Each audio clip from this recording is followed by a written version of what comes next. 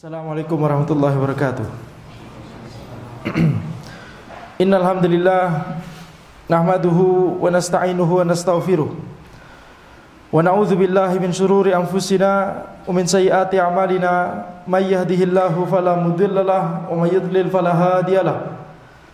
Wa asyhadu an la ilaha illallah wahdahu la syarikalah wa asyhadu anna Muhammadan abduhu wa rasuluh. Allahumma shalli wa sallim ala sayidina Muhammad wa ala alihi wa sahbihi ajma'in, amma ba'd. Insyaallah kita lanjutkan pembahasan kitab Tadhkiratus Sami' wal Mutakallim fi Adabil Alim wal Muta'allim karya Ibnu Jama'ah Al-Kinani Asy-Syafi'i rahimahullahu taala.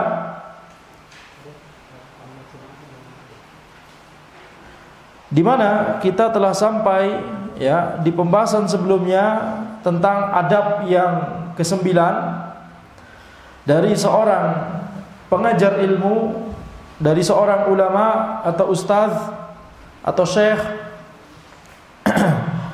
yaitu hendaknya membersihkan dirinya dari akhlak yang buruk dan menghiasi dirinya dengan akhlak yang baik.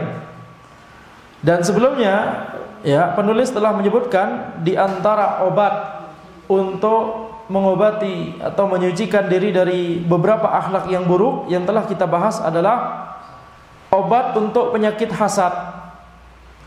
Di sini disebutkan oleh penulis, obat dari penyakit hasad kita harus menyadari, kalau kita hasad pada orang lain maka itu sama saja dengan keberatan kepada keputusan Allah Subhanahu wa taala untuk memberikan nikmat tersebut kepada orang lain tersebut. Berarti keberatan dengan hikmah Allah, keberatan dengan ketetapan Allah Subhanahu wa taala. Kemudian di antara obat berikutnya untuk mengobati penyakit hasad adalah kita harus menyadari kita sudah capek-capek hasad, orang lain senang, kemudian kita tidak suka. Hasad itu kan kita tidak suka kalau orang lain senang, gitu ya. Maka kita sudah capek-capek, hati kita gundah atau bahkan benci, banyak energi yang dikeluarkan, energi negatif begitu ya. Tapi itu tidak akan memberikan madarat sama sekali kepada orang yang kita hasati, kecuali atas izin Allah, yakni ketika misalkan ada ain dan seterusnya. Tapi ini semua adalah perbuatan yang dosa besar. Kemudian obat untuk penyakit ujub disebutkan oleh penulis, kita harus mengingat bahwa ilmu dan pemahaman kita itu semuanya dari Allah Subhanahu wa taala. Semuanya adalah karunia dari Allah, bukan karena prestasi kita, kehebatan kita. Dan kita harus mengingat bahwa Allah Subhanahu wa taala, sebagaimana Allah telah memberikan kita karunia tersebut, maka mudah sekali bagi Allah Subhanahu wa taala untuk mencabut nikmat tersebut dari kita dengan sekejap. Dan penulis menyebutkan contohnya di sini Bal'am, Bal'am bin Ba'ura yang telah kita kisahkan di pertemuan sebelumnya, seorang ulama Bani Israel di zamannya Nabi Musa alaihissalam, yang kemudian memiliki ilmu tentang nama Allah yang paling agung, sehingga karena memiliki ilmu tersebut, saking berilmunya sehingga mengetahui nama Allah yang paling agung, maka ketika dia berdoa kepada Allah menyebut nama Allah yang paling agung tersebut, Allah selalu menjawab doa-doanya Bal'am. Ini disebut oleh para ulama, orang yang setiap berdoa kepada Allah selalu dipenuhi oleh Allah Subhanahu wa taala, selalu diberikan doanya tersebut oleh Allah Subhanahu wa taala. Dengan cepat, dengan segera begitu ya. Maka ini Bal'am contoh dari orang yang berilmu dari kalangan Bani Israel. Tapi kemudian ketika Nabi Musa alaihissalam mendakwahi Bal'am dan orang-orang di daerahnya Bal'am, mereka sama-sama Bani Israel. Nabi Musa alaihissalam adalah seorang nabi dan rasul. Bal'am cuma orang berilmu, tapi bukan seorang nabi dan rasul, tapi orang yang berilmu sekali gitu ya. Maka Nabi Musa alaihissalam diperintahkan oleh Allah Subhanahu wa taala untuk mendakwahkan tauhid, mendakwahkan akidah yang lurus ke Bal'am dan orang-orang di daerahnya. Kemudian karena awalnya Bal'am dibujuk oleh orang-orang di daerahnya, orang-orang di daerahnya tersebut tidak mau ya kalau Nabi Musa alaihissalam itu kemudian yakni bisa mendakwahi orang-orang di daerah tersebut, yakni menentang dakwahnya Nabi Musa alaihissalam, kufur. Maka orang-orang di daerahnya tersebut kemudian semuanya minta ke Bal'am untuk mendoakan yang buruk-buruk kepada Nabi Musa. Awalnya Bal'am menolak. Ya, ini telah kita kisahkan di pertemuan sebelumnya ya. Awalnya Bal'am menolak, tapi kemudian karena terus-menerus dibujuk tetap saja menolak, akhirnya orang-orang di daerahnya Bal'am tersebut akhirnya menuju kepada istrinya Bal'am. Ya. Mencoba membujuk melalui istrinya Bal'am. Diberikan hadiah supaya istrinya Bal'am tersebut mau merayu suaminya, yaitu Bal'am. Maka akhirnya karena selalu dirayu dan dibujuk dan diminta oleh istrinya, akhirnya Bal'am berkata, aku istikharah terlebih dahulu. Setelah istikharah kemudian diberikan mimpi, yakni diperintahkan oleh Allah untuk tidak mendoakan yang buruk-buruk kepada Nabi Musa alaihissalam. Langsung Bal'am berkata, Anda sudah dapat jawaban. Anda tidak akan mau mendoakan kepada Nabi Musa, adalah Nabi. Respon pertama ketika Bal'am diminta untuk mendoakan yang buruk-buruk kepada Nabi Musa, Bal'am berkata, bagaimana aku bisa mendoakan yang buruk-buruk kepada orang yang dijaga oleh malaikat? Yani Bal'am tahu bahwa ini adalah seorang Nabi dan Rasul. Maka kemudian istrinya terus ya melakukan bujuk rayu. Akhirnya istrinya berkata, ya sudah, istikharah lagi. Akhirnya Bal'am istikharah lagi, kemudian tidak diberikan jawaban oleh Allah Subhanahu wa taala. Ya, yang ini harusnya dipahami, jawaban yang pertama itu sudah mencukupi. Tapi karena kemudian istrinya melakukan manipulasi, ini kan nggak dijawab berarti ya. Itu berarti itu ya ini isyarat. Kalau seandainya dilarang, pasti diberikan mimpi yang sama seperti sebelumnya. Ini nggak dikasih lagi, berarti isyarat bahwa boleh. Ya, ini manipulasi dari istrinya. Jadi dari sini kita mengambil kesimpulan bahwa kita harus hati-hati dalam memilih pasangan, ya. Sehingga akhirnya Bal'am kemudian mendoakan yang buruk-buruk kepada Nabi Musa alaihissalam. Ketika dia mendoakan keburukan kepada Nabi Musa, nama yang dia sebut bukan namanya Nabi Musa alaihissalam. Allah memutar balik lidahnya sehingga nama yang disebut adalah namanya sendiri. Kemudian karena dia kaget, akhirnya Bal'am ingin mendoakan yang baik-baik untuk menetralisir, ya, yakni akhirnya dia mendoakan yang baik-baik untuk dirinya sendiri, dibalik lagi lidahnya oleh Allah, malah yang disebut namanya adalah nama Nabi Musa alaihissalam. Kemudian Bal'am melanjutkan mendoakan yang buruk-buruk kepada kaumnya Nabi Musa, sama-sama Bani Israel. Allah balik lagi ya kondisinya lidahnya, sehingga ketika mendoakan yang buruk-buruk kepada kaumnya Nabi Musa, malah yang disebut adalah kaumnya sendiri. Kemudian ketika mau menetralisir hal tersebut, mendoakan yang baik-baik kepada kaumnya, Allah balikkan lagi lidahnya, malah yang disebut adalah kaumnya Nabi Musa alaihissalam. Ya. Akhirnya setelah itu Bal'am lidahnya kemudian menjulur keluar ke arah dadanya, kemudian terus begitu sampai kondisinya seperti, mohon maaf, anjing. Dan ilmu Bal'am dicabut oleh Allah Subhanahu wa taala seketika. Ini adalah kisah yang terjadi di zaman Nabi Musa alaihissalam. Para ulama mencontohkan kisah ini ya sebagai peringatan bahwa Allah Subhanahu wa taala bisa mencabut karunia, entah itu ilmu, entah itu harta, entah itu jabatan, entah itu kekuasaan, entah itu popularitas, entah itu macam-macam. Semua karunia yang Allah berikan kepada kita itu bisa Allah cabut dengan cepat dan dengan tiba-tiba dan dengan serta-merta. Ya, sehingga tidak boleh bagi kita untuk kemudian menyombongkan diri, ujub dan sombong dan kibir dan takabbur dan khuyala. Semuanya sama maknanya, yaitu sombong. Ya. Tidak boleh kita menyombongkan diri dengan sesuatu yang itu adalah karunia yang Allah karuniakan kepada kita. Tidak pantas untuk kita sombong dengan hal-hal tersebut. Orang bisa jadi berpikir, yang seperti Bal'am ini kayaknya nggak pernah ada di zaman ini. Antum tidak menyadari saja, ya. Betapa banyak sekali orang-orang yang Allah cabut nikmatnya dalam waktu satu malam, dalam waktu satu pekan, dalam waktu satu bulan, dalam waktu sekejap. Orang yang punya kekuasaan, yang bisa semena-mena, jabatannya tinggi, ya, tapi kemudian Allah hancurkan dalam waktu satu sore. Ketika melakukan kejadian-kejadian yang kemudian menjadi awal dari kehancurannya sendiri. Maka itu bisa jadi makar Allah Subhanahu wa taala kepada orang tersebut. Afa aminu makrallah. Apakah mereka merasa aman dari makar Allah Subhanahu wa taala? Ini sudah banyak terjadi. Fir'aun kita lihat, dari yang awalnya gagah perkasa mengejar Nabi Musa dan Bani Israel, disertai dengan prajurit dan gagah perkasa di atas kereta perangnya. Akan tapi kemudian ketika menyeberangi Laut Merah, langsung di dalam waktu sekejap Allah Subhanahu wa taala hancurkan keperkasaannya tersebut. Kemudian kita lanjutkan, wa min adwiyatir riya, di antara obat untuk menyembuhkan penyakit riya, al-fikru bi annal khalqa kullahum la yaqdiruna ala naf'ihi bima lam yaqdihillahu lahu. Obat untuk mengatasi penyakit riya adalah kita hendaknya berpikir bahwa makhluk semuanya itu tidak akan bisa memberikan manfaat kepada kita kalau manfaat tersebut tidak ditetapkan oleh Allah kepada kita. Jadi semuanya itu atas izin Allah Subhanahu wa taala. Makhluk tidak akan bisa memberikan kita manfaat. Kalaupun makhluk memberikan manfaat, itu semuanya atas izin Allah Subhanahu wa taala. Jadi buat apa kita meminta manfaat dari makhluk? Buat apa kita mengharapkan pujian dari makhluk?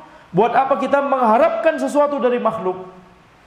Kita harusnya meminta hanya kepada Allah Subhanahu wa taala. Adapun makhluk itu cuma sebab.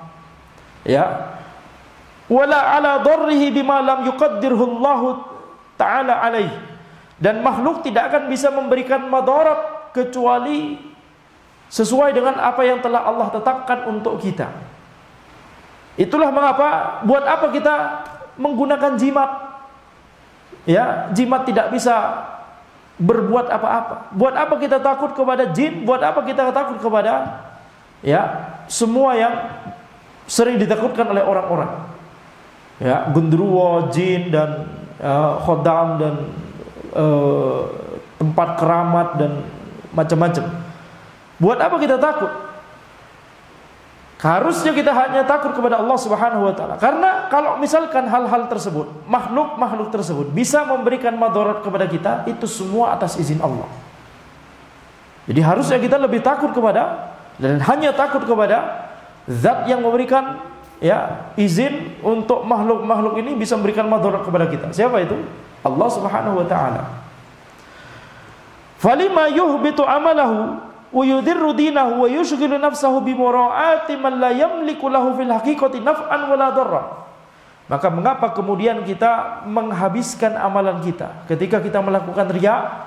Itu sama saja kita membuat amalan kita sia-sia, membuat agama kita bahaya. Karena kalau kita terbiasa riya, maka keikhlasan itu akan menjadi barang asing di hati kita. Kita tidak akan beramal dengan keikhlasan. Ketika riya itu sudah bercokol di hati seseorang, maka ketika dia berusaha untuk ikhlas, itu seperti seolah-olah dia keluar dari zona nyaman. Tidak bisa dilakukan. Susah untuk dilakukan. Maka mengapa dia kemudian membuat amalannya sirna, terhapus, membuat agamanya dalam kondisi yang berbahaya. Wa yushghilu nafsahu bi mura'ati man la yamliku lahu fil haqiqati naf'an wala darran. Dan membuat dirinya itu sibuk dengan memperhatikan orang yang tidak bisa secara hakiki, tidak bisa memberikan manfaat dan madarat. Manusia seluruhnya, makhluk Allah seluruhnya tidak bisa memberikan manfaat dan madarat kepada kita kecuali atas izin Allah. Jadi ngapain kita menyibukkan diri kita mengharapkan pujian, mengharapkan harta, mengharapkan apapun dari makhluk? Hendaknya hati kita hanya bergantung kepada Allah Subhanahu wa taala. Ma'a anna Allah taala yutli'uhum ala niyyatihi wa qubhi sariratihi. Di saat yang sama Allah mengetahui niat kita dan Allah mengetahui hati kita yang buruk tersebut. Kama sahha fil hadis, man sam'a Allahu bihi wa man ra'a Allahu bihi. Barang siapa yang mengharapkan pujian dari orang, ingin didengar oleh orang, maka Allah Subhanahu wa taala akan memperdengarkan kepada seluruh makhluk nanti di akhirat bahwa orang ini dulu ketika di dunia mengharapkan pujian dari orang-orang.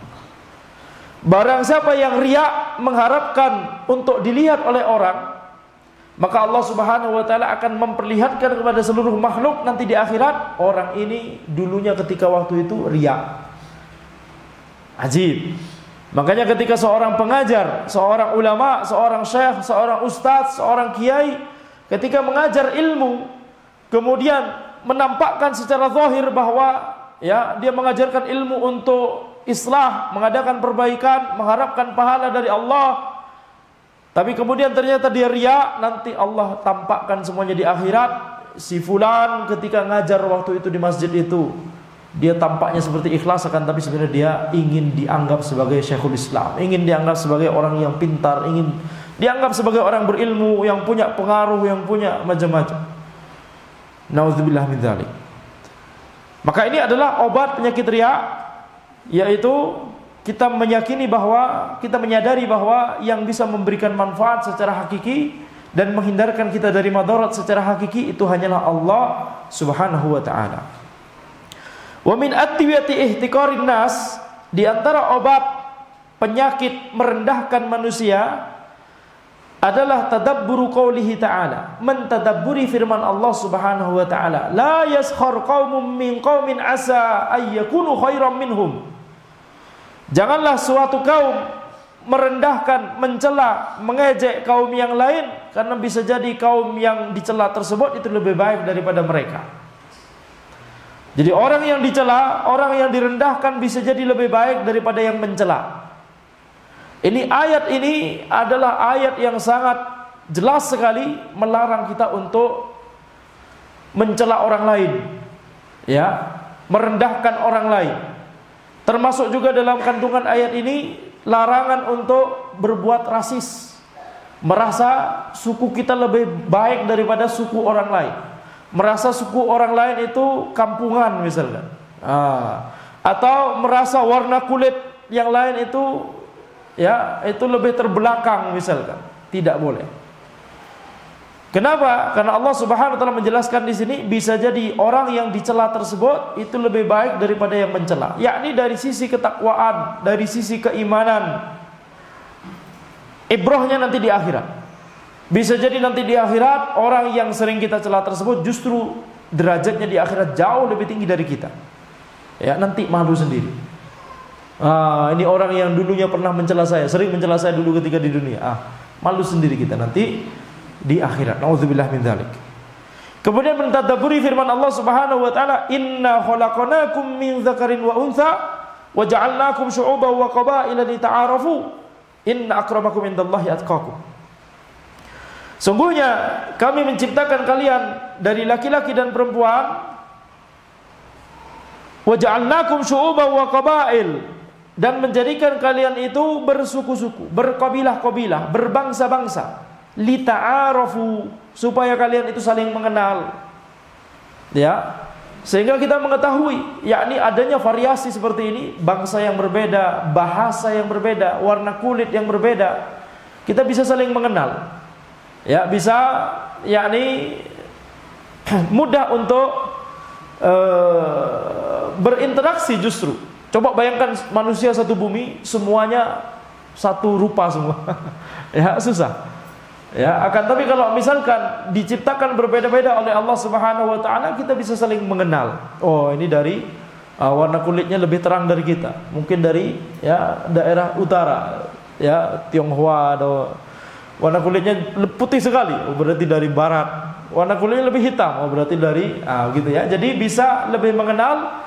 Dan na'am, Allah Subhanahu wa taala memang ya menetapkan adanya perbedaan sifat secara umum dari bangsa-bangsa tersebut, dari suku-suku tersebut. Betul tidak? Ini bahkan diakui oleh para sahabat. Ketika misalkan Amr ibn al-As radhiyallahu anhu, ketika dikabarkan oleh sahabat yang lain bahwa Nabi Muhammad SAW memuji bangsa Romawi, bahwa bangsa Romawi akan memimpin di akhir zaman, maka Amr ibn al-As tidak pernah mendengar hadis tersebut.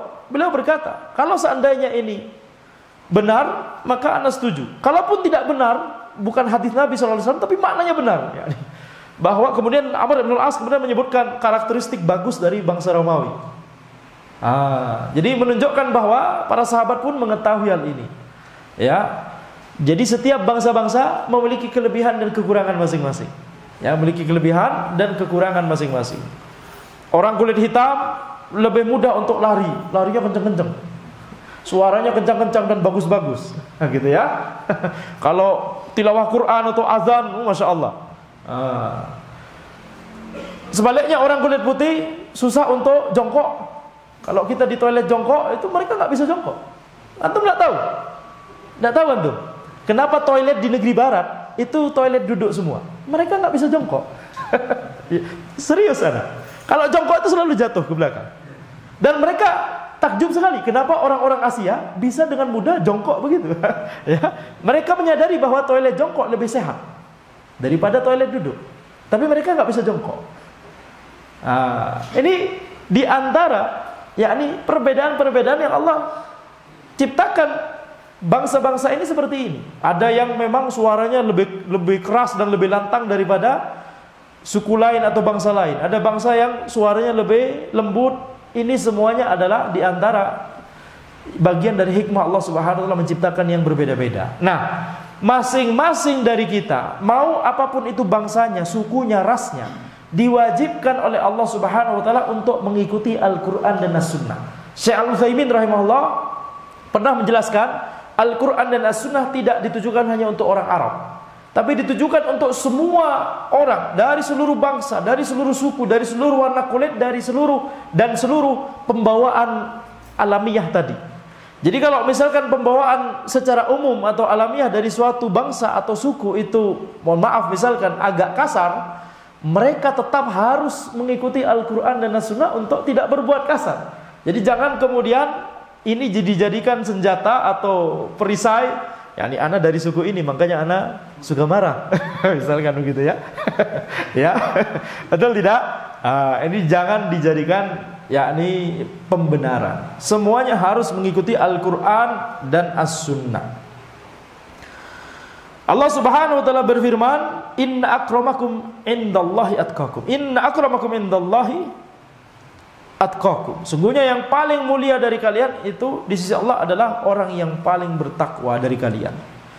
Ayat ini adalah obat yang sangat ampuh untuk menghilangkan penyakit rasis. Ya. Orang barat itu takjub dengan ayat ini. Anda pernah bertemu dengan orang barat dan berkali-kali takjub. Satu ayat yang lain yang dia takjub adalah ketika yakni Al-Quran menyebutkan bahwa membunuh satu orang, menyelamatkan satu nyawa sama dengan menyelamatkan manusia seluruhnya. Kemudian banyak lagi. Anda katakan, ini kalau kita bedah satu-satu ayat, antum takjub ke semua ayat nanti. Orang kafir takjub pada ayat ini pertama kali. Bicaranya ke anak, inna akramakum indallahi atqakum. Sungguh yang paling mulia dari kalian adalah yang paling bertakwa. Tidak dibedakan dengan warna kulit, bukan harta, bukan jabatan, bukan kekayaan, tapi ketakwaan kepada Allah Subhanahu wa taala. Itulah mengapa kalau kita melihat masjid-masjid kaum muslimin, terutama di negeri-negeri yang itu banyak imigran, Masya Allah itu variasinya banyak sekali, indah dilihat. Jangan mengajarkan toleransi kepada kaum muslimin. Ya, lihat masjidnya, terutama di negeri-negeri yang banyak imigrannya. Imamnya bisa jadi orang Bangladesh, muadzinnya orang Arab, makmumnya dari orang kulit putih, orang kulit hitam, orang kulit coklat, kulit kuning, banyak ya, macam-macam, tingginya bervariasi. Indonesia tentunya paling pendek ya, tenggelam dibandingkan jamaah yang lain ya. Maka ini adalah yakni ajaran Islam yang sangat mulia yang dikagumi oleh orang-orang Barat. Makanya malu kalau kaum muslimin itu masih ada penyakit-penyakit yang berbentuk merendahkan orang lain seperti ini, ya, rasis atau bahkan merendahkan individu tertentu. Tidak harus merendahkan satu kaum tertentu, merendahkan satu individu tertentu itu sudah ya masuk dalam ayat yang sebelumnya telah kita baca. La yaskhar qaumun min qaumin asa yakunu khairan minhum. Ya, janganlah satu kaum itu mencela kaum yang lain, karena bisa jadi yang dicela itu lebih baik daripada yang mencela. Kemudian Allah Subhanahu wa taala berfirman di ayat yang lain, "Fala tuzakku anfusakum huwa a'lamu bimanittaqa." Janganlah kalian itu memuji diri kalian sendiri, ya, menyucikan diri kalian sendiri, memuji diri kalian sendiri, melebihkan diri kalian sendiri. Sungguhnya Allah Subhanahu wa taala lebih mengetahui siapakah yang lebih bertakwa kepada Allah Subhanahu wa taala. Wa rubbama kana al-muhtaqaru adhara indallahi qalban wa azka amalan wa akhlasa niyatan. Bisa jadi yang dilecehkan, yang diejek tersebut itu lebih baik, lebih suci hatinya di sisi Allah, lebih bagus amalannya, lebih ikhlas niatnya. Kama qila innallaha akhfa thalathatan fi thalathatin waliyahu fi ibadihi wa ridahu fi ta'atihi wa ghadabahu fi ma'asihi. Sebagaimana yang disebutkan oleh para ulama, ini perkataan ulama bukan hadis. Sesungguhnya Allah menyembunyikan 3 hal dalam 3 hal. Menyembunyikan walinya dalam hamba-hambanya, yakni wali Allah, mana yang menjadi wali Allah, dicintai oleh Allah Subhanahu wa taala, itu kita tidak mengetahui, tidak ada tandanya. Bukan kemudian yang menjadi wali Allah yang pakai surban, gitu ya. Bukan kemudian yang menjadi wali Allah itu adalah yang apa? Yang pakai gutroh, yang hidungnya mancung dan warna kulitnya lebih putih dari kita, seperti orang Arab. Bukan demikian. Ya, siapapun bisa menjadi wali Allah Subhanahu wa taala, termasuk kita. Kalau kita memang bertakwa kepada Allah Subhanahu wa taala. Maka di sini kita lihat, ini wali Allah di antara para hamba yang lain tidak bisa kita lihat. Ini satu hal pertama yang Allah sembunyikan di antara 3 hal yang Allah sembunyikan di dalam 3 hal. Yang pertama adalah wali Allah disembunyikan di antara para hamba-hambanya. Kemudian ridha Allah disembunyikan dalam ketaatan kepada Allah. Dan murka Allah disembunyikan ke dalam kemaksiatan kepada Allah Subhanahu wa taala. Jadi di balik ketaatan kepada Allah ada ridha Allah. Di balik kemaksiatan kepada Allah ada murka Allah. Dan di balik hamba-hamba Allah, di antara hamba-hamba Allah ada orang-orang yang Allah cintai. Apakah kita termasuk orang tersebut? Nah, ini PR kita bersama. Wa minal akhlaqil mardiyah, di antara akhlak yang baik dawamut taubah. Senantiasa melazimi taubah, senantiasa bertaubat kepada Allah Subhanahu wa taala. Wal ikhlas, ya, mengikhlaskan niat kepada Allah. Wal yakin, memiliki keyakinan, keimanan yang kuat kepada Allah. Wat taqwa, ketakwaan. Takwa itu maksudnya adalah takut kepada Allah. Yang takut itu kemudian membuat kita menghindari hal-hal yang diharamkan oleh Allah Subhanahu wa taala. Itu namanya takwa. Was sabr, bersabar, ya. War ridha, ridha atas ketetapan Allah Subhanahu wa taala. Wal qanaah, merasa cukup dengan apa yang Allah berikan kepada kita. Waz zuhud, ya, secukupnya, mengambil secukupnya dari dunia.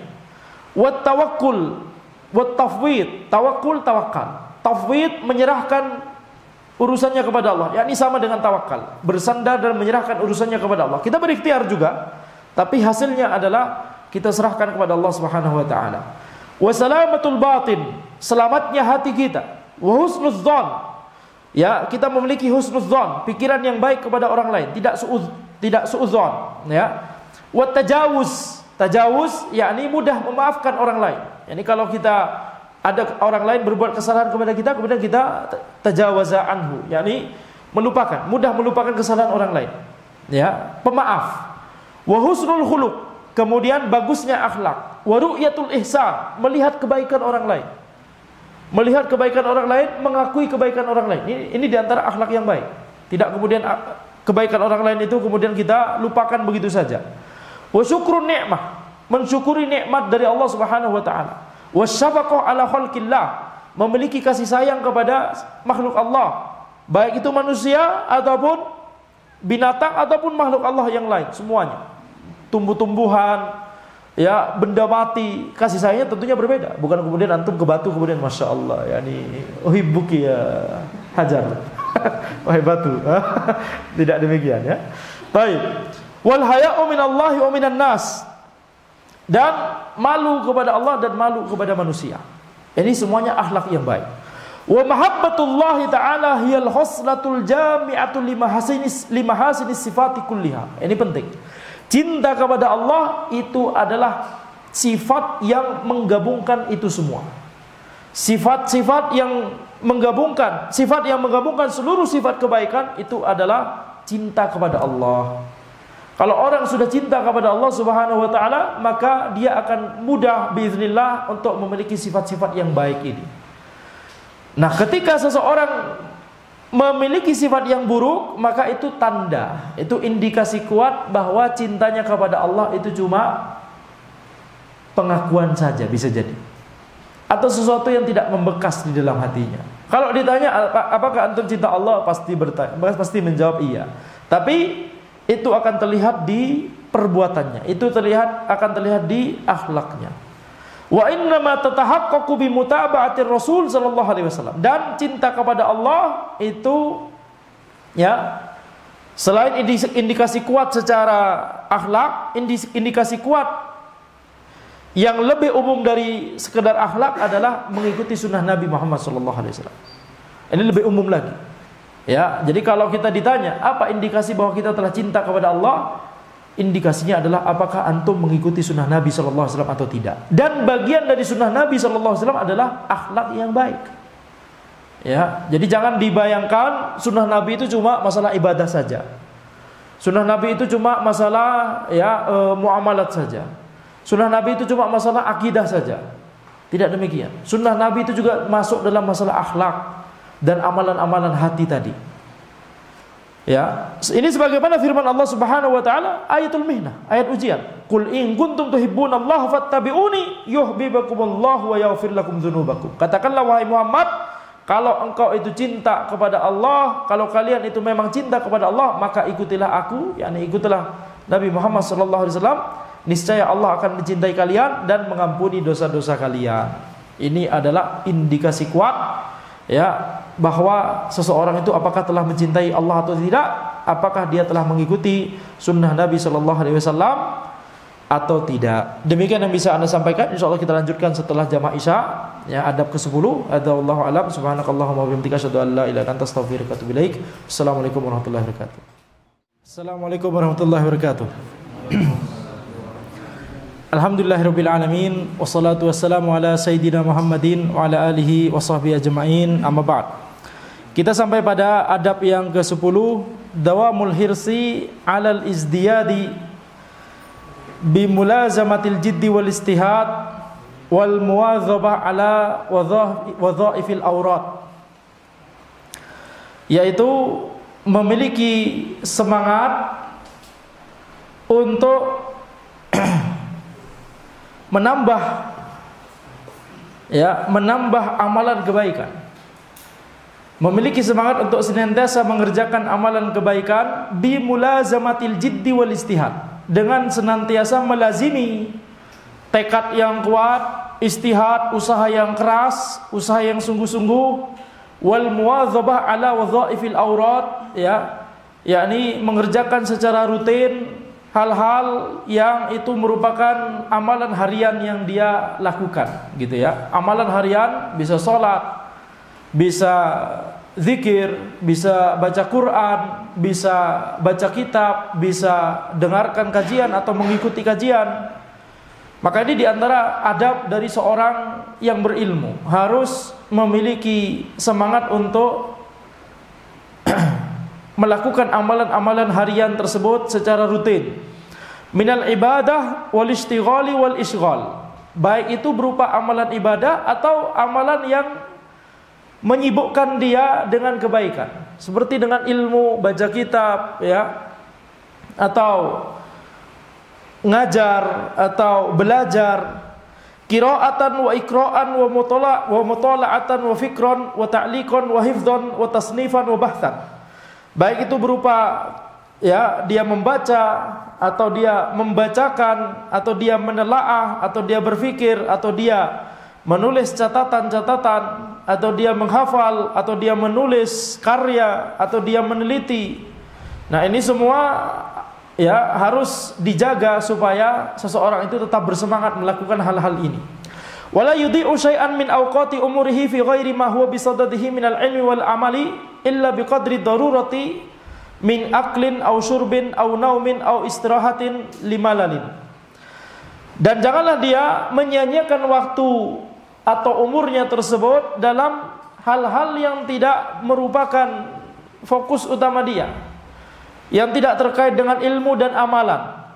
Ya, jangan sibukkan waktu dia kecuali dengan sesuatu yang bermanfaat, yakni ilmu dan amal, kecuali kalau itu hal-hal yang darurat, seperti makan, minum, tidur, istirahat, ya, karena untuk mencegah bosan.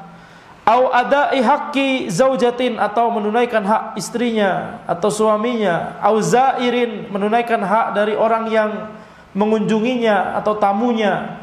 Au tahsili qutin, atau mencari nafkah dalam rangka untuk mencari nafkah. Wa ghairihi mimma yuhtaju ilai, dan hal-hal yang memang dia butuhkan. Jadi kalau memang dibutuhkan, maka na'am, itu dilakukan. Tapi setelah itu dia kembali bersemangat untuk melakukan hal-hal yang terkait dengan ilmu dan amal. Auli alamin, atau kalau dia sakit, maka tentunya dia tidak bisa baca kitab misalkan atau ngajar. Au ghairihi mimma yata'azzaru ma'ahul ishtighal, atau hal-hal lain yang membuat dia tidak bisa lagi sibuk dengan ilmu dan amal. Ya, kedatangan keluarga, tamu, atau ya ada jadwal kerja bakti RT misalkan gitu ya. Fa inna baqiyata umuril mu'min la qimata lahu. Ya, karena umur yang tersisa dari seorang mukmin la qimata lahu. Ini kalau dipahami dengan sekilas, seolah-olah penulis berkata tidak ada harganya. Sisa umur dari seorang mukmin itu tidak ada harganya. Maksudnya bukan ya tidak berharga gitu ya, tapi maksudnya adalah tidak bisa dinilai sama sekali dengan harga berapapun. Itu maksudnya laki matalahu. Ya, tidak ternilai harganya. Nah, itu maksudnya. Jadi sisa umur dari seorang mukmin itu tidak ternilai harganya. Kenapa? Karena itu adalah kesempatan dia, satu-satunya kesempatan dia yang tersisa di dunia ini untuk menyiapkan bekal untuk akhirat. Fa inna baqiyata umuril mu'min la qimata lahu. Ya, sisa umur dari seorang mukmin, dan kita tidak tahu sisa umur kita ini sudah seberapa.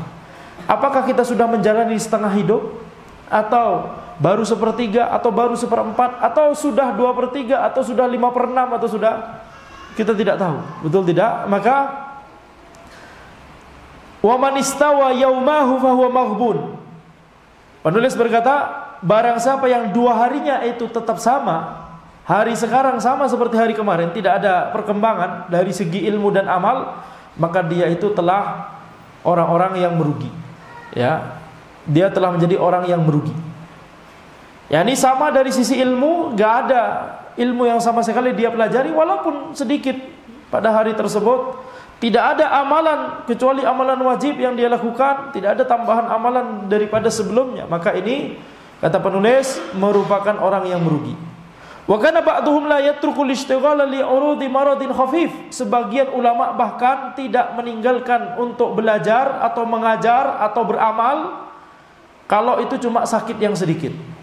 Au alamin latif, atau cuma sakit yang masih bisa ditahan. Bal kana yastasfi bil ilmi wa yashtaghilu bi qadril imkani. Bahkan dia itu berobatnya dengan ilmu.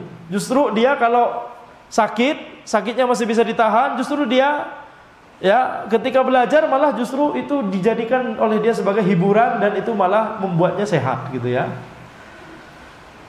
Wa yastaghilu bi qadril imkan. Justru ketika sakit dia masih beraktivitas, yakni belajar, mengajar, beramal sesuai dengan kadar kemampuannya tentunya. Tidak boleh dipaksakan. Kama qila idza maridna tadawaina bi dzikrikum wa natruku dzikra ahyanan fanantakisu. Kalau kami sakit, maka kami berobat dengan mengingat kalian. Maksudnya adalah bisa jadi yang dimaksud mengingat orang berilmu, yakni maksudnya belajar atau sesuatu yang terkait dengan ilmu. Wa natruku dzikra ahyanan fanantakisu. Akan tapi kami terkadang meninggalkan belajar ini, ya, sehingga kami justru kambuh lagi sakitnya. Fanantakisu, ya, ini kambuh lagi.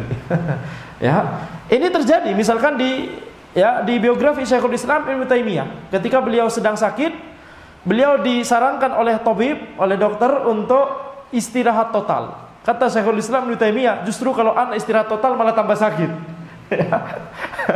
Malah tambah pusing.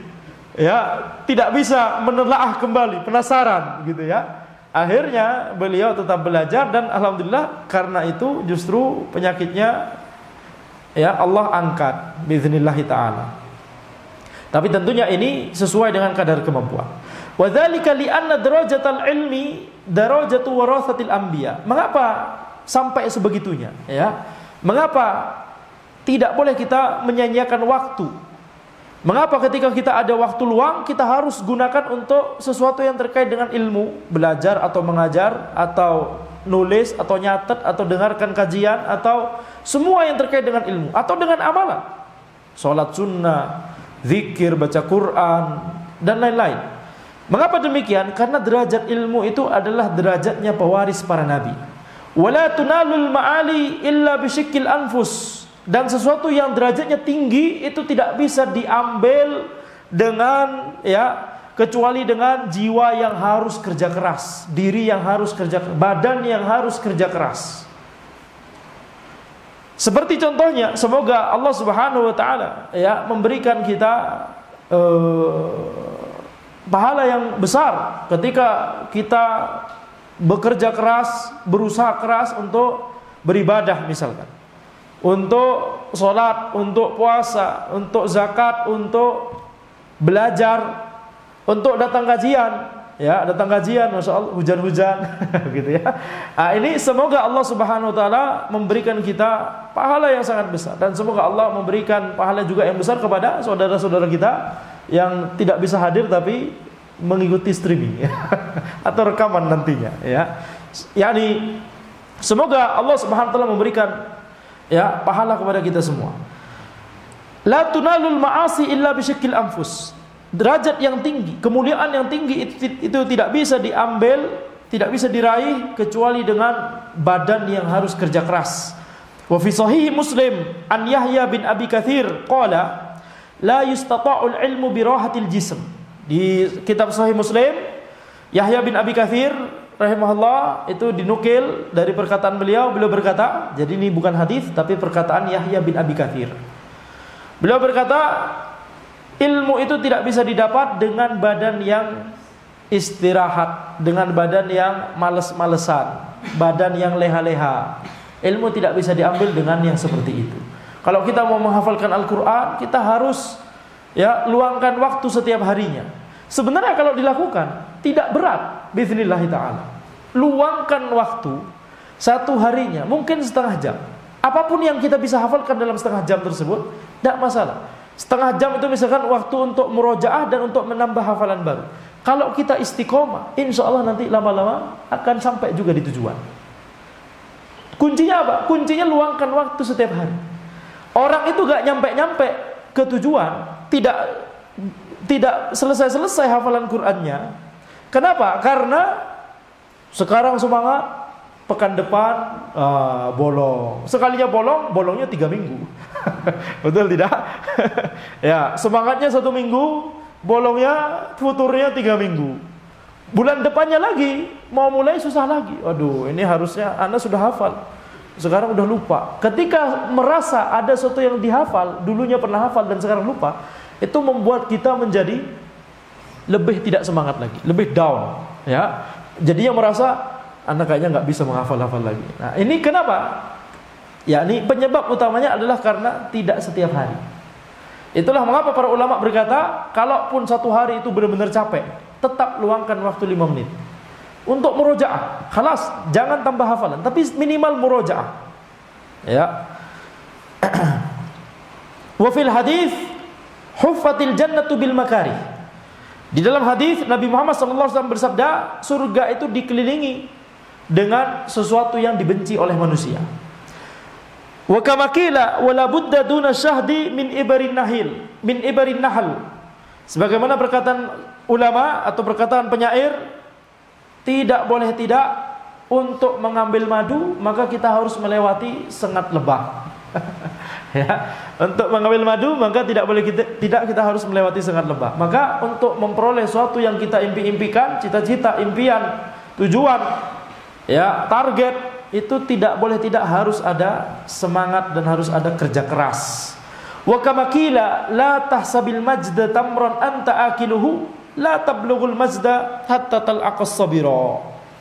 Jangan engkau anggap kemuliaan, keagungan, yakni tujuan yang cita-cita yang kita ingin tuju tadi, jangan engkau anggap itu adalah kurma yang engkau makan, akan tapi ya la tablughul mazda hatta talaqas sabira. Engkau itu tidak akan mendapatkan kemuliaan itu sampai engkau menjilat sabira. Sabira itu apa? Sesuatu yang pahit, ya, ada tumbuhan yang pahit. Jadi sesuatu kemuliaan itu diraih dengan kita harus bekerja keras terlebih dahulu. Wa qala Syafi'i radhiyallahu anhu, haqqun ala talabatil ilmi bulughu ghayati juhdihim fil istikthari min ilmihi was-sabru ala kulli 'aridin duna talabihi wa ikhlasun niyyati lillahi ta'ala fi idraki ilmihi nassan wa istinbatan wa raghbatu ila Allah ta'ala fil auni alaihi. Ya, wajib bagi setiap penuntut ilmu untuk berusaha semaksimal mungkin fil istikthari min ilmihi, dalam memperbanyak ilmunya, yakni raihlah ilmu sebanyak mungkin. Ya, kerahkan usaha sekeras mungkin untuk meraih ilmu sebanyak mungkin. Dan wajib bagi penuntut ilmu untuk bersabar atas setiap tantangan atau gangguan yang dia temui ketika sedang belajar. Bisa jadi ada orang yang diberikan gangguan atau tantangan mudah ngantuk. Baca 5 menit sudah ngantuk. Baca 5 menit sudah nyari HP mana ya HP. Lihat notifikasi ada enggak gitu ya. Kalau kita mengetahui ada gangguan itu pada diri kita, itu harus dilawan. Kita harus punya trik tersendiri. Kalau kita susah untuk tidak ngecek HP setiap 5 menit, sembunyikan HP dulu. Atau HP-nya taruh di ruang mana, kita pergi ke ruang yang mana, kemudian baca kitab, gitu ya. Kalau kita mudah ngantuk, maka ya sering cuci muka. Kemudian wajib bagi penuntut ilmu untuk mengikhlaskan niat hanya kepada Allah ketika dia menuntut ilmu tersebut, baik ketika dia menuntut ilmu secara nas, yakni menghafalkan dalil Quran dan Sunnah, dalil Quran dan hadis, atau beristimbat dari ayat dan hadis, atau yakni menggali faidah dari ayat dan hadis. Senantiasa harus kita mengikhlaskan niat. Kemudian wajib juga bagi penuntut ilmu untuk berharap kepada Allah, meminta pertolongan Allah pada ini semua, pada semua poin-poin yang disebutkan tadi. Ini perkataan Al-Imam Syafi'i rahimahullah ta'ala. Wa qala Ar-Rabi', muridnya Al-Imam Syafi'i, Ar-Rabi' berkata, lam ar Syafi'i radhiyallahu anhu akilan binaharin wala na'iman bilailin liishtighalihi bitasnif.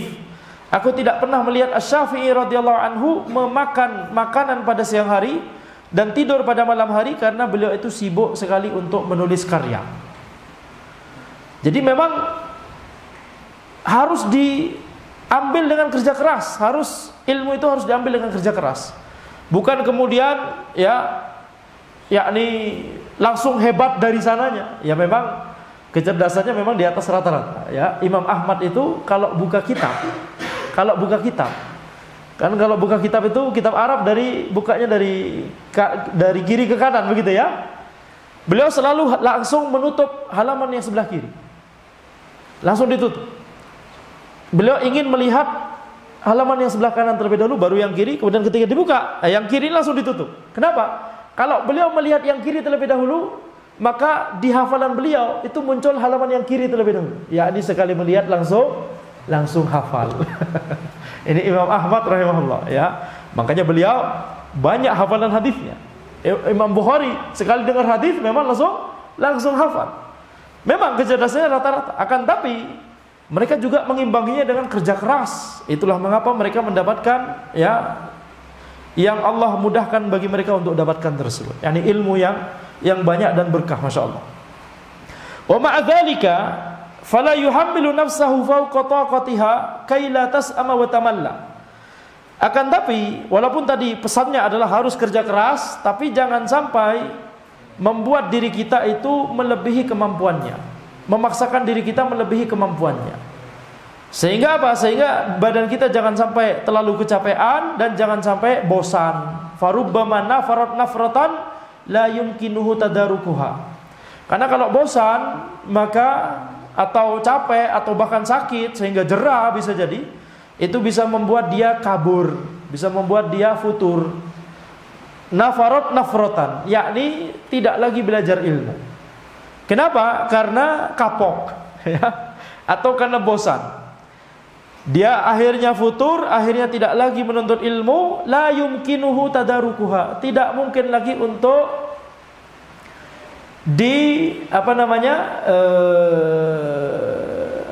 diperbaiki kembali. Ya, ini karena apa? Karena bosan tadi. Bal yakunu amruhu fi dzalika qasdan. Wa kullu insanin absaru bi nafsihi. Ya, akan tapi seorang itu harusnya itu dia memperhatikan perkaranya itu dengan baik. Bal yakunu amruhu fi dzalika qasdan. Wallahu alam, maknanya adalah sebaiknya dia itu memang sangat memperhatikan, memang memaksudkan untuk memperhatikan masalah ini. Jangan sampai dia bosan, jangan sampai dia capek, terlalu capek maksudnya. Kalau capek, belajar capek itu memang wajar. Tapi yang dimaksud di sini adalah terlalu capek. Atau kalau dengan kata orang-orang, jangan terlalu diforsir. Gitu ya. Tapi ini jangan dijadikan senjata, capek sedikit kemudian jangan terlalu diforsir. Ya, jadi belajar cuma 10 menit ya. Baik. Wa kullu insanin absaru bi nafsi. Setiap orang itu mengetahui kondisinya masing-masing. Kemudian adab yang ke-11, al-hadi asyar, alla yastankifa ay yastafida ma la ya'lamuhu mimman huwa dunahu mansiban aw nasaban aw sinnan. Jangan sampai dia itu enggan untuk mengambil ilmu mengambil ilmu tentang sesuatu yang dia belum ketahui dari orang yang lebih rendah dari dirinya secara kedudukan atau secara nasab atau secara umur. Ini adab yang ke-11. Bal yakunu harisan 'alal faidati haitsu kanat. Akan tapi wajib bagi orang tersebut untuk bersemangat mencari faidah, mengambil faidah dari siapapun saja, dari mana saja. Wal hikmatu dhallatul mu'min yaltaqituha haitsu wajadaha. Hikmah itu, ilmu itu adalah barang milik mukmin yang hilang. Dia akan mengambil barang tersebut siapapun yang menemukannya. Ada orang kehilangan barang, siapapun yang menemukan barang tersebut pasti dia akan terima. Betul tidak? Jazakallahu khairan, antum telah menemukan barang anak. Tapi di sini ada catatan. Yang dimaksud di sini adalah al-haq. Kita menerima kebenaran dari siapa saja. Tapi kalau mengambil ilmu harus dari orang yang terpercaya, jangan dari siapa saja. Ya, mengambil ilmu harus dari orang yang terpercaya. Belajar ilmu maksudnya adalah belajar yang rutin gitu ya, belajar yang rutin, mengambil ilmu akidah atau fikih atau apapun itu, tafsir, hadis, itu harus dari ulama yang terpercaya, ilmunya terpercaya. Tapi kalau kebenaran, diambil dari siapa saja. Bahkan ketika disebutkan di kisah Abu Hurairah radhiyallahu anhu, Abu Hurairah didatangi iblis dengan wujud manusia, begitu ya. Tapi kemudian iblis tersebut mengucapkan satu kalimat yang hak, maka Nabi Muhammad SAW mengatakan itu adalah kalimat yang hak, walaupun iblis itu sering berbohong ya. Tapi khusus kalimat ini hak. Qala Sa'id bin Jubair, la yazalu ar-rajulu 'aliman ma ta'allama fa idza taraka at-ta'alluma wa dhanna annahu qad istaghna wa iktafa bima 'indahu fa huwa ajhalu ma yakun. Sa'id bin Jubair beliau berkata, seseorang itu akan selalu menjadi orang yang berilmu, yang telah mengilmui apa yang telah dia pelajari. Ya. Itu sampai kapan? Selama dia tidak melakukan meninggalkan belajar. Ya, jadi Sa'id bin Jubair berkata, la yazalur rajulu 'aliman ma ta'allama. Seseorang itu akan selalu mengilmui apa yang dia telah pelajari, akan tapi kalau dia meninggalkan belajar, fa idza taraka ta'allum, kalau dia meninggalkan belajar, tidak lagi ngaji, Wa dhanna annahu qad istaghna waqtafa bima indahu, dan dia berpikir bahwa ilmu yang dia sudah dapatkan, pemahaman yang sudah dia dapatkan itu sudah cukup. Dia mencukupi dengan apa yang sudah ada di dalam dirinya, pemahamannya, fahuwa ajhalu ma yakun. Maka pada titik itu, pada momen itu dia menjadi orang yang paling bodoh, lebih bodoh dari dirinya ketika dulu belum belajar. Justru lebih bodoh lagi. Jadi fasenya adalah awalnya orang itu jahil. Semua dari kita jahil.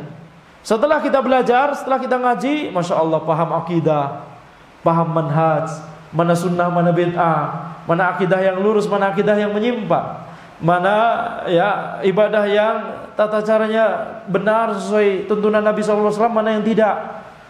Tapi kemudian setelah kita merasa menjadi ikhwan ngaji, setelah kita merasa punya label itu, bisa jadi Masya Allah sudah ada syiar-syiar ya di badan kita, betul tidak? Kemudian circle kita sudah ikhwan-ikhwan ngaji. Setelah kita merasa demikian, merasa ikhwan ngaji, kemudian tidak lagi datang di majelis ilmu, meninggalkan ta'allum, meninggalkan belajar ini, merasa bahwa sudah paham manhaj, sudah paham akidah. Ya, adapun ngaji, ya, materi kajian itu aja, gitu ya. Maka kata Sa'id bin Jubair ini, fahuwa ajhalu ma yakun, menjadi orang yang bahkan lebih bodoh dari sebelumnya ketika dia masih jahil. Kenapa? Karena kalau dia sudah paham, sudah pernah merasakan belajar dan sudah paham, ternyata akidah yang lurus itu baru diketahui setelah dia ngaji. Harusnya dia paham bahwa ya bisa jadi masih banyak hal-hal yang belum dia ketahui. Bisa jadi masih banyak pemahaman yang belum dia pelajari. Bisa jadi sekarang paham tapi nanti karena banyaknya syubhat, karena ternyata di circle dia ada orang yang kemudian memasukkan pemahaman lain, lama-lama akhirnya bergeser. Berapa banyak orang yang awalnya akidahnya lurus, manhajnya lurus, tapi kemudian karena circle-nya ya ada pengaruh buruk di lingkungan atau di komunitasnya, kemudian lama-lama akhirnya kembali lagi atau bahkan lebih buruk dari posisi sebelumnya, dari kondisi sebelumnya. Nauzubillah min dzalik. Wa anshada ba'dul Arab, sebagian Arab berkata, wa laisal ama tulus suali wa innama tamamul ama tulus sukuti alal jahli. Bukanlah orang yang buta itu adalah orang yang pertanyaannya panjang dan banyak. Ini buta ilmu, buta pengetahuan, banyak nanya. Akan tapi yang sebenar-benar buta itu adalah dia itu diam, tidak bicara, tidak bertanya, padahal dia itu jahil. Ya. Wa kana jama'atun minas salaf yastafiduna min talabatihim ma laysa indahum. Sebagian ulama salaf itu mengambil faidah, mengambil ilmu dari murid-muridnya sendiri, sesuatu yang belum diketahui oleh si guru. Qala al-Humaydi wa huwa tilmizul Syafi'i.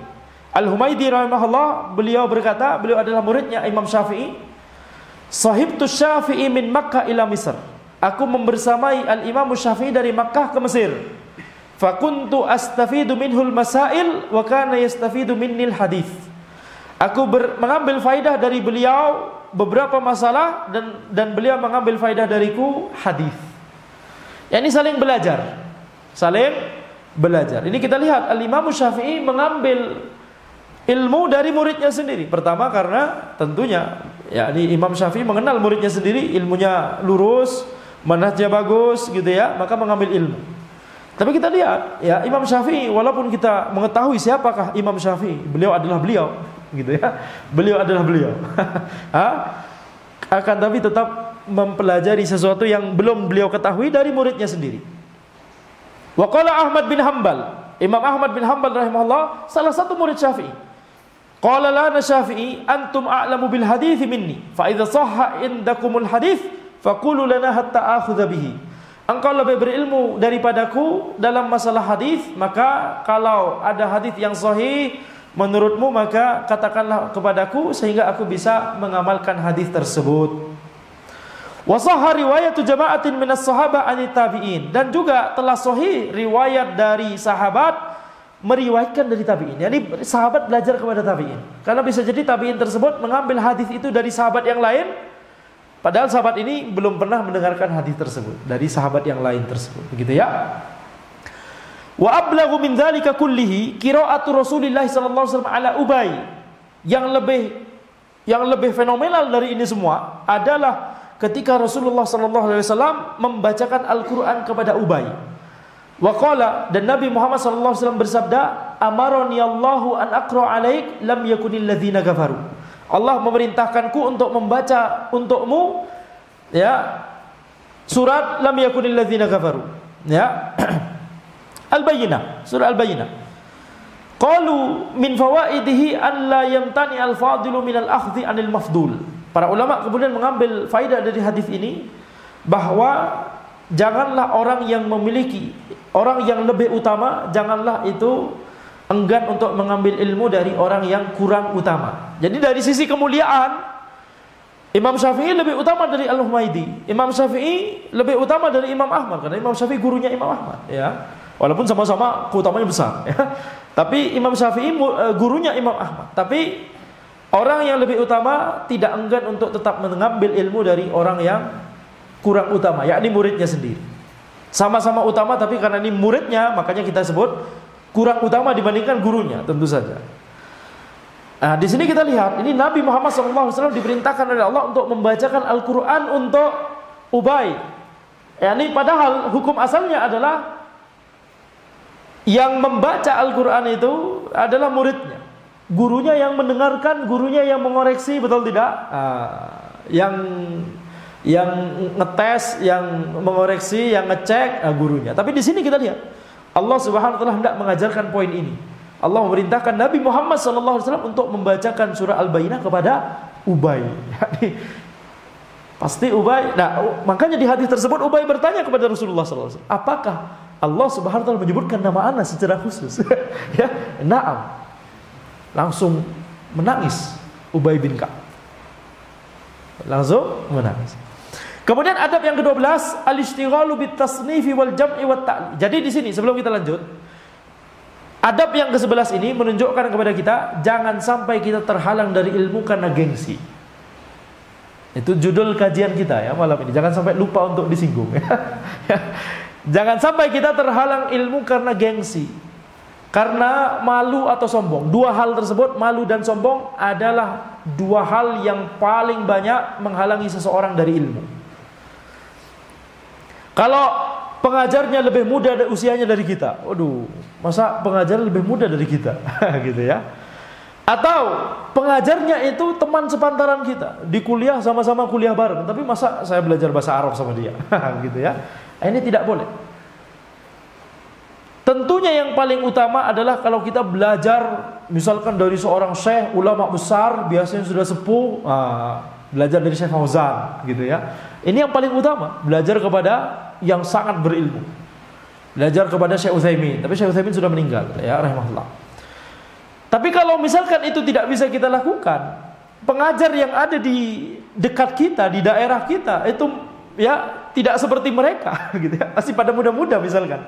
Maka jangan membuat itu, jangan kita gengsi untuk belajar ilmu dari ya guru-guru kita yang mungkin masih muda tersebut, atau mungkin lebih miskin dari kita. Sebagian orang punya mentalitas demikian, atau kedudukannya, ya nih masa ana punya jabatan besar belajar sama orang ini. Ini malu dan sombong itu adalah dua hal yang membuat seseorang terhalangi dari ilmu. Jadi jangan sampai kita terhalang dari ilmu karena gengsi.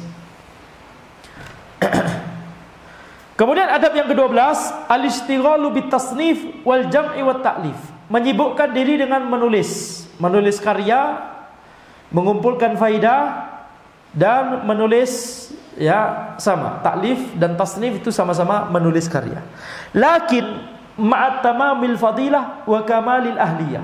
Akan tapi ini hanya dilakukan ketika orang tersebut sudah pantas. Tamamil fadilah, keutamanya sudah cukup, yakni ilmunya sudah cukup untuk menulis, dan keahliannya sudah cukup untuk menulis.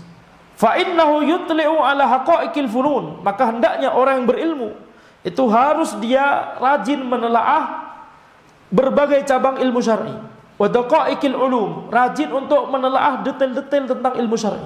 lilihtiyaji ila kathrati taftishi wal mutalaah, karena masalah-masalah tersebut itu adalah masalah-masalah yang dibutuhkan untuk ditelaah, dibutuhkan oleh umat, sehingga butuh ada yang menelaah secara terperinci, secara hati-hati, secara akurat. Umat sekarang butuh ilmu tentang masalah apa hukum dari electronic money, misalkan Bitcoin atau macam-macam, atau ilmu tentang banyak hal. Ya, maka ini tugasnya, kewajibannya para ulama untuk menelitinya. Wat-tanqibi wal murajaah, kewajiban bagi mereka untuk menelaah dan memurojaah dan menganalisa. Ini tugasnya para orang-orang berilmu. Wa huwa kama qala al-Khatibul Baghdadi, ini sebagaimana dikatakan oleh Al-Khatibul Baghdadi rahimahullah, yuthabbitul hifdha wa yuzkil qalba wa yashhadut taba' wa yujidul bayan wa yuksibu jamilal dzikr wa jazilal ajr wa yukhalliduhu ila akhirid dahr.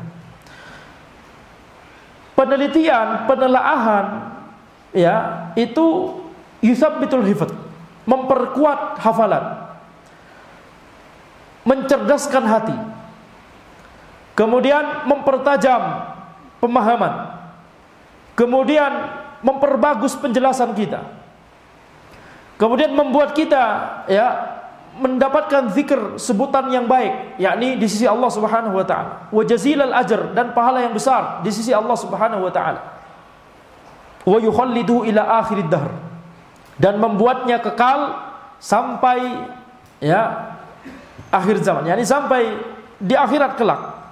Yakni usahanya tersebut untuk menelaah ilmu dan menuliskannya dan menyebarkannya itu akan menjadi amal jariah bagi dia.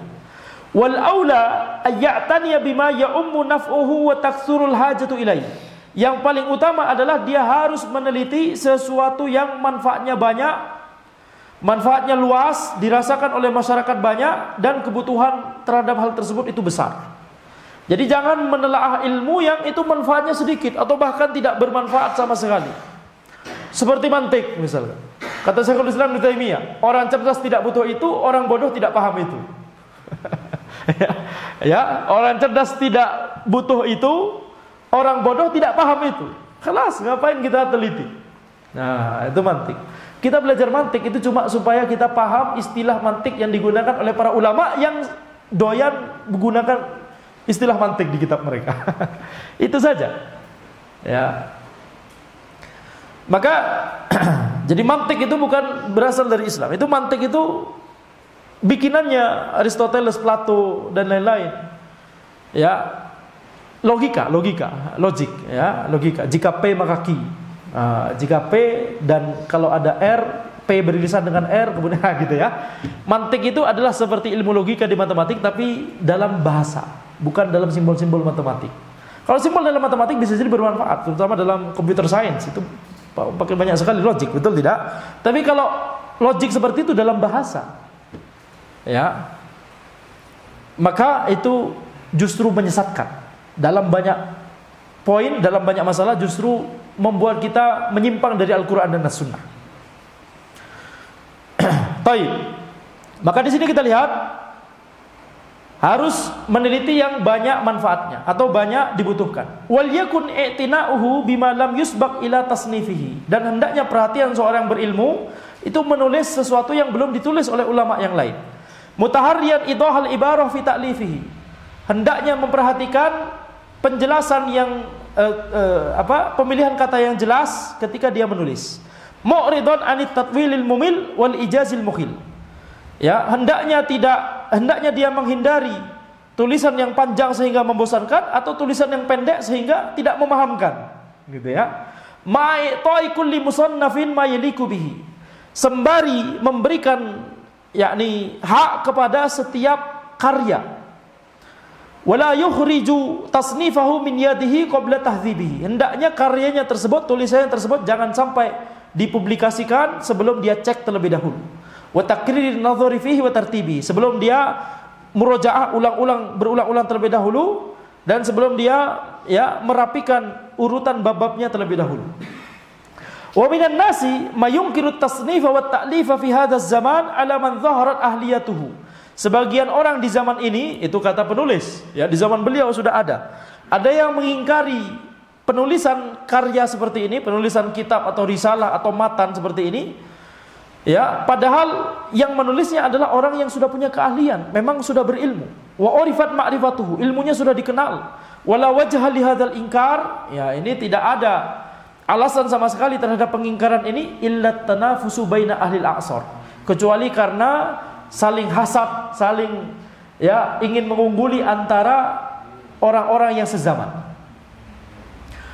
Itu sifat orang yang sezaman, dipenuhi dengan hasad.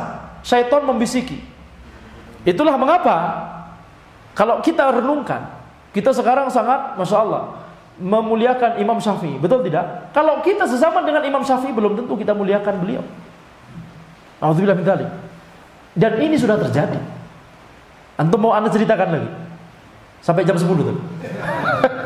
Dilema ya, dilema. Cerita ketika mendekati akhir kajian itu makin lama makin seru ya. Kemarin Bal'am, sekarang cerita Imam Syafi'i.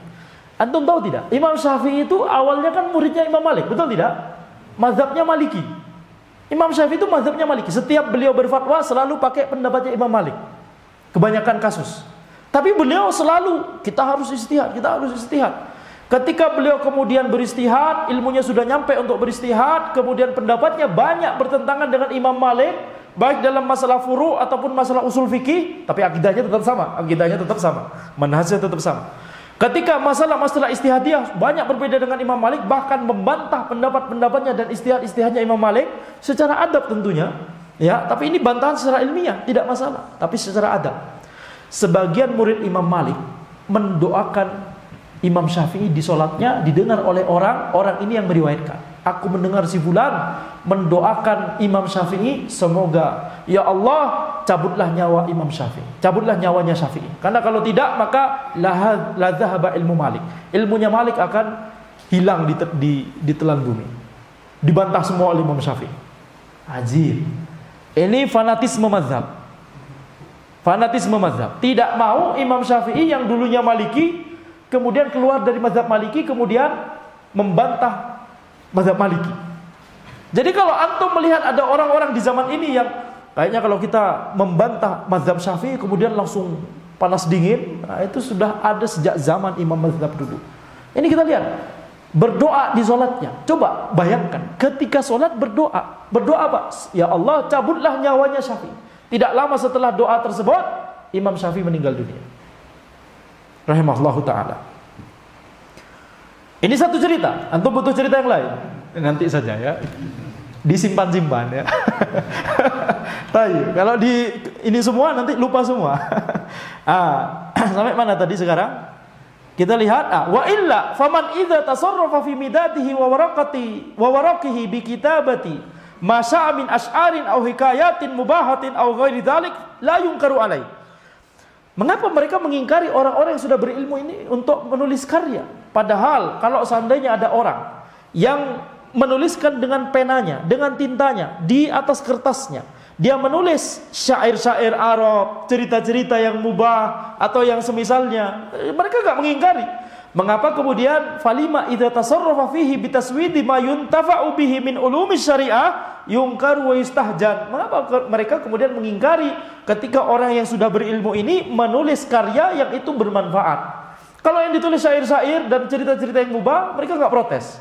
Tapi kalau yang ditulis itu adalah karya, langsung disebut, wah, ya ini sekarang sudah jadi Syekhul Islam ya, ini sudah punya kitab. Ya, itu komentar orang-orang. Ajib. Kata penulis, la wajha li hadzal inkar illa tanafus baina ahli al-a'sar. Tidak ada alasan terhadap pengingkaran ini, motivasinya cuma karena hasad. Kalau orang sezaman itu mudah untuk hasad. Kalau sudah beda zaman, jangankan beda zaman, kalau yang satu sudah jauh lebih tua dari kita, sudah jadi ustadz yang agak sepuh, kita masih penuntut ilmu, kita nggak akan hasad. Tapi kalau itu sepantaran kita, mudah sekali untuk hasad. Kita mendoakan Syekhul Islam Ibnu Taimiyah rahimahullah, masya Allah. Kita menyebutnya Syekhul Islam Ahmad bin Abdul Halim bin Abdul Salam, Syekhul Islam Abu Abbas Ibnu Taimiyah rahimahullah. Kalau teman sepantarannya Ibnu Taimiyah belum tentu mendoakan seperti itu. Bisa jadi ini orang ini ya cari muka aja ya. Bisa jadi begitu. Naudzubillah min dzalik. Amma man lam yata'ahhal lidzalika falingkaru alaihi muttaji. Adapun orang yang belum memiliki keahlian, maka na'am, ini memang harus diingkari. Jangan menulis karya kalau belum pantas untuk menulis karya. Jangan mengajar kalau belum pantas untuk mengajar. Lima yatadammanuhu minal jahli wa taghriri man yaqifu ala dzalika tasnifi bihi. Kenapa? Kalau dia memaksakan, maka itu akan menipu orang yang membaca karyanya. Padahal orang tersebut masih jahil, dan itu berarti akan menipu orang yang membacanya. Orang akan menganggap dia sebagai orang berilmu. Walikaunihi yudayyi'u zamanahu fima lam fima lam yutqinhu. Dan karena dia menghabiskan waktunya pada sesuatu yang dia belum pantas untuk mengerjakannya.